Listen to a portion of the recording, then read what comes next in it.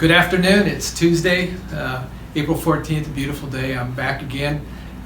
Since last week, a number of things have changed, so I do just want to hit some various topics and give you some updates. First, about our PPE, or protective equipment. As you all know, we are all now in a state where we're mandated to wear masks whenever we are in any of our buildings.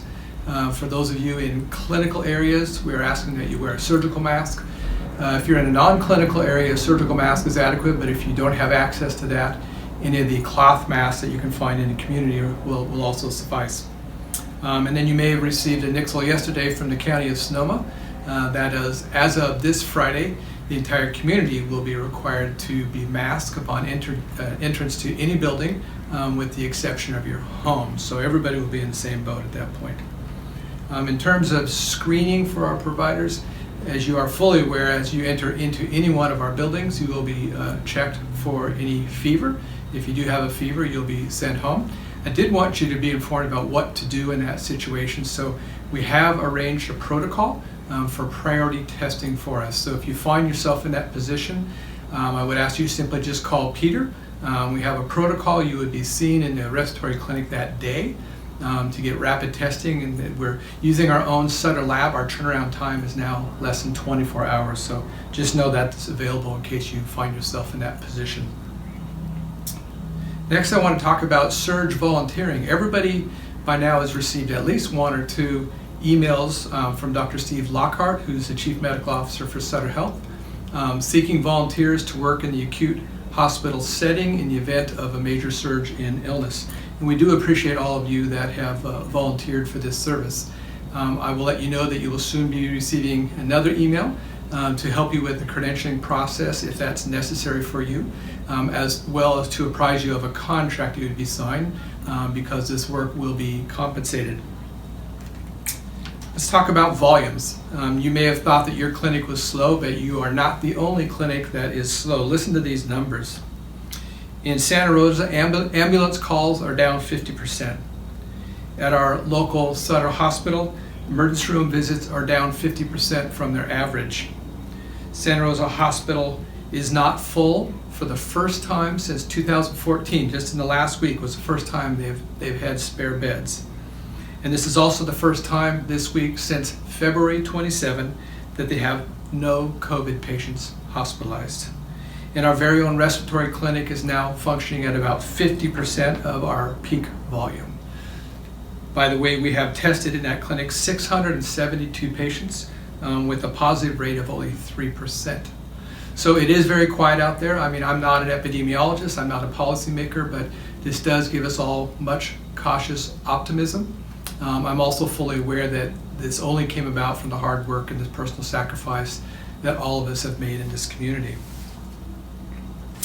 Recovery plans. So that's a term we might not have heard of in the last month or two, but a Bay Area recovery group has now been formed to start the discussion around what would be involved in bringing our patients back. And this, of course, is a tight line between the needed patient care and being fully aware of patient safety.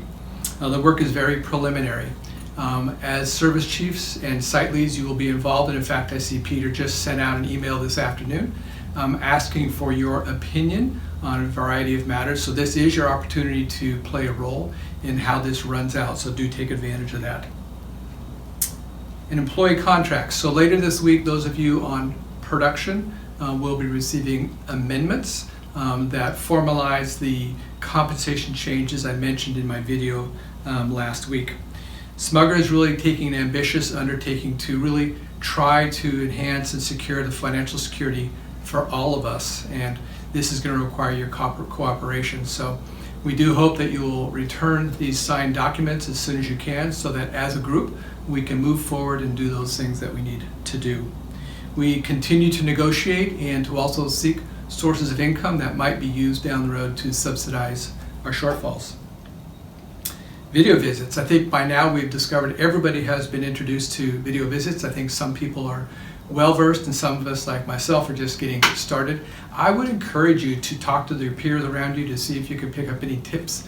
I want to point out at least a few departments I'm aware of that were really early adopters and have been very successful with their video visits. I think of cardiology, endocrinology, and oncology. And there may be many more, but if you see these people, pick their brains and see how you can learn from them. And the last thing I want to mention is congratulations to our own infectious disease doctor, Dr. Gary Green, usually sits on my right here. Gary's early work with COVID-19 way back when the cruise ship first came into the Bay Area has been recognized, and just in the past week or two, Gary's work has been published. Gary has been a co-author in the CDC's Morbidity and Mortality Weekly Report, and last week was published as a co-author in a New England Journal Medicine magazine. So please check that out. On the Outlook update I'll be sending out, I'll have attachments so you can read those articles yourself. And if that wasn't enough to top it off, Gary was featured in this last Sunday's Press Democrat, so take a look at that as well. We're proud of him and all the things that he has brought to SMUGR. So I know that uncertainty abounds and policies change frequently, and each of us have different individual needs about what information we require to function. So effective communication is really difficult. But I do want to assure you that you are getting the guidance that you need to be prepared, protected, and equipped to do the job that you do here at SMUGR. So if that is the case, is that you are not getting that information, please reach out to Peter, myself, or any of the leadership as we'd like to help you out with that. Thanks.